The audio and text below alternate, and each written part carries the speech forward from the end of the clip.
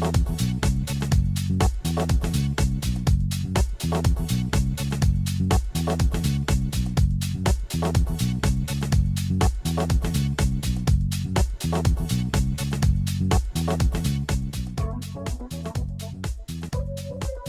and welcome to Wired In. I'm Diana Gulotta, Executive Director of Marketing and Public Relations for Hampton City Schools.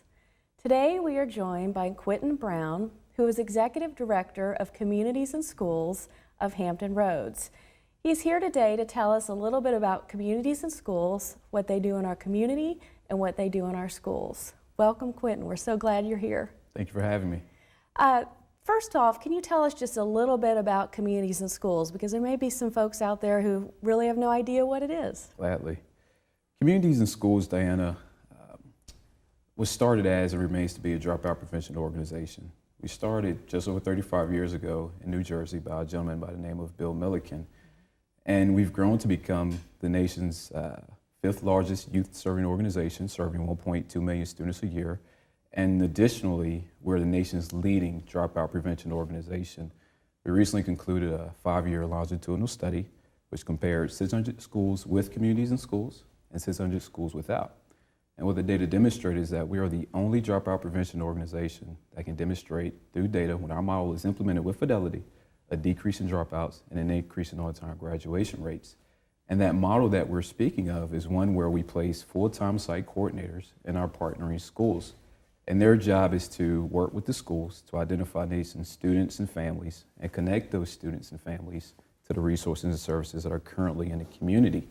And we are certainly not in the business of replicating and duplicating what's currently being done. We are not a mentoring organization. We're not a tutoring. We're not a food pantry or emergency assistance.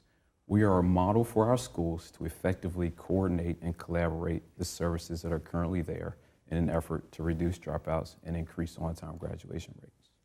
So tell me, what solutions are you offering here locally to our community and our schools? Recently, I finished up a series with, or WHRO finished up a series of town hall meetings by way of the American Graduate Initiative. And through those meetings, among 2 or 3 other common trends, there was one that stood out. And that trend was that we have a community of partners, a community of parents, of leaders, faith-based organizations, businesses. We have this community that wants to get involved in our schools. They have quality resources and outstanding services, and they want to get involved in our schools. Our schools, on the other end, they want these community services involved.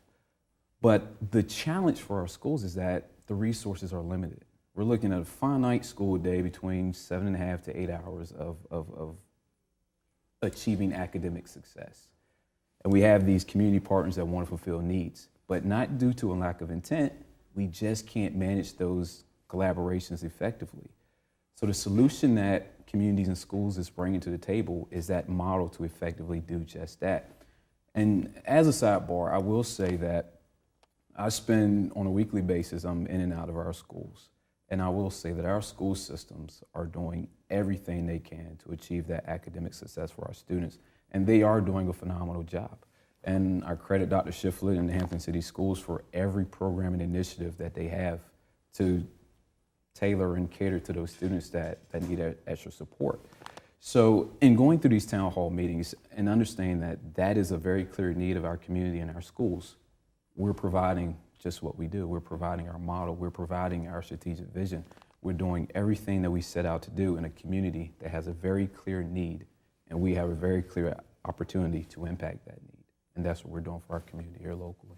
So you mentioned Hampton City Schools. Yeah. So tell me, what is it that you're doing specifically, that Communities and Schools is doing specifically within our school division? In Hampton City Schools, we are very proud of our Performance Learning Center. You may hear me refer to it as a PLC throughout this, but it is a Performance Learning Center.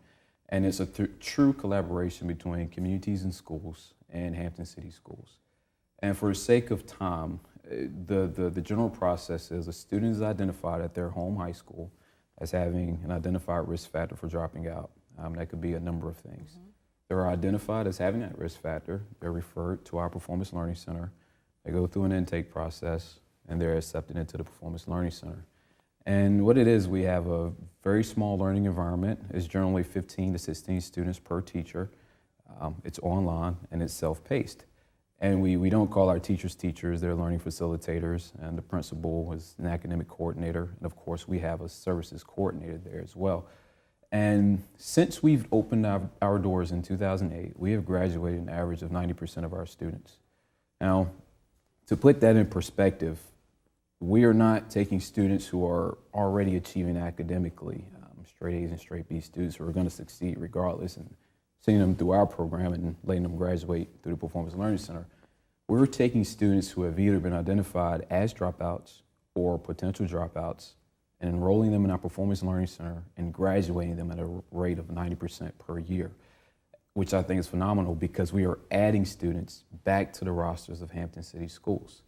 And we've been doing that since 2008, and we have no intent on stopping. And I will say our success there is not without, it wouldn't be successful if it were not for the learning facilitators, our site coordinator, the academic coordinator, Dr. Shiflett, the support of the teachers that we work with in Hampton City high schools. Without the support of all those pieces, even our partners, our community partners, additional nonprofits and businesses, without all of those pieces being effectively coordinated for our students, the program wouldn't be successful. And just to back up a little bit, when we talk about our model in theory, it's hard for people to grab. It's very difficult, and I get it. I've been with the organization for 8 years, and it probably took me 2.5 to really understand it. But once you get it, you got it. But to give a very simple example about the work that we provide in our schools, and again, whether it's elementary, middle, or high school, let's take a student, for example, and they may be receiving services from, or resources and services from 3 different organizations. You may be providing an after-school program. One of your cameramen here may be providing a food service, a food pantry, or what have you, and I'm a mentor working with the student. Separately and alone, we are all doing great work. We can all be stamped with the golden star of service delivery and program effectiveness. We're all stamped with that golden star. And separately, we're doing great work. In your after-school program, you're keeping the student engaged after school and they're not getting in trouble. The food pantry is providing food for the student and reducing obesity.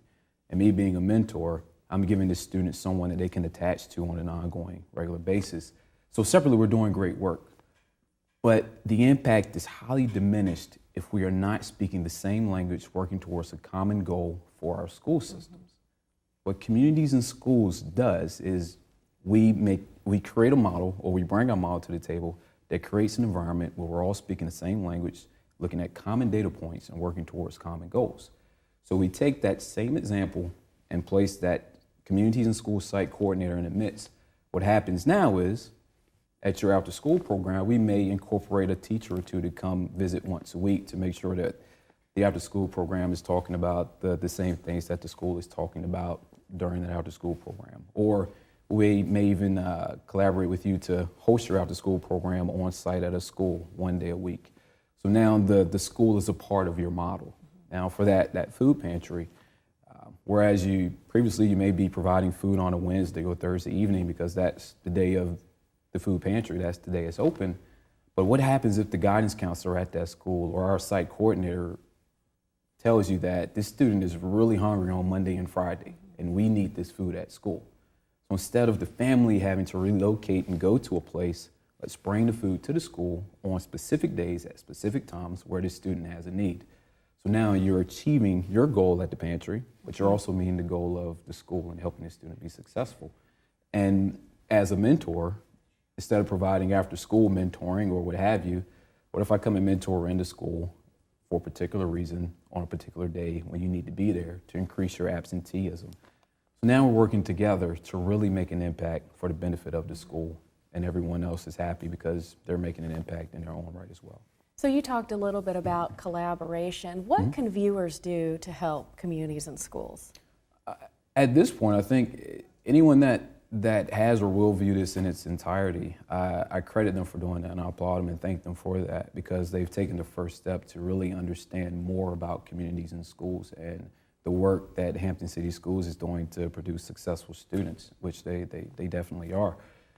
But to take the action step one step further, I would have to say, just act, get involved.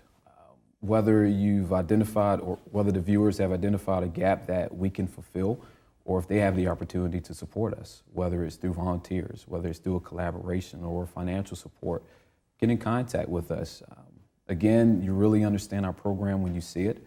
So schedule a site visit, reach out to me and come out and see what we're doing on site, on the grounds, and look at the work that we're really doing. And I will have to say, if they want to reach me, or if you like to reach me, I can be reached at info@cisofhamptonroads.org. And of course, our website is communitiesandschools.org.